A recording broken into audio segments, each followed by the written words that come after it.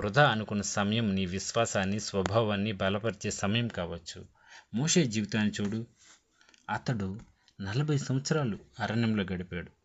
రాజభవనం నుండి దూరంగా. మానవ దృష్టిలో అతని ఉత్తమ సమయం అయిపోయింది. కానీ దేవుడు అతనితో పూర్తి చేయలేదు. 80 ఏళ్ల వయసులో దేవుడు అతన్ని గొప్ప పనికి పిలిచాడు.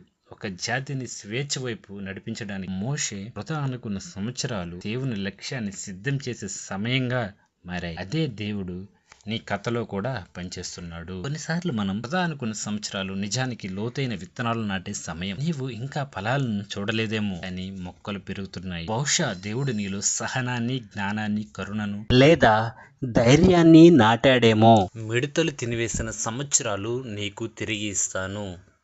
యావేలు ఈ మాటలను ఇజ్రాయేలు ప్రజలకు చెప్పినప్పుడు వారు పెద్ద నష్టంలో ఉన్నారు. మిడతలు వారి పంటలను, ఆహారాన్ని, జీవనోపాధి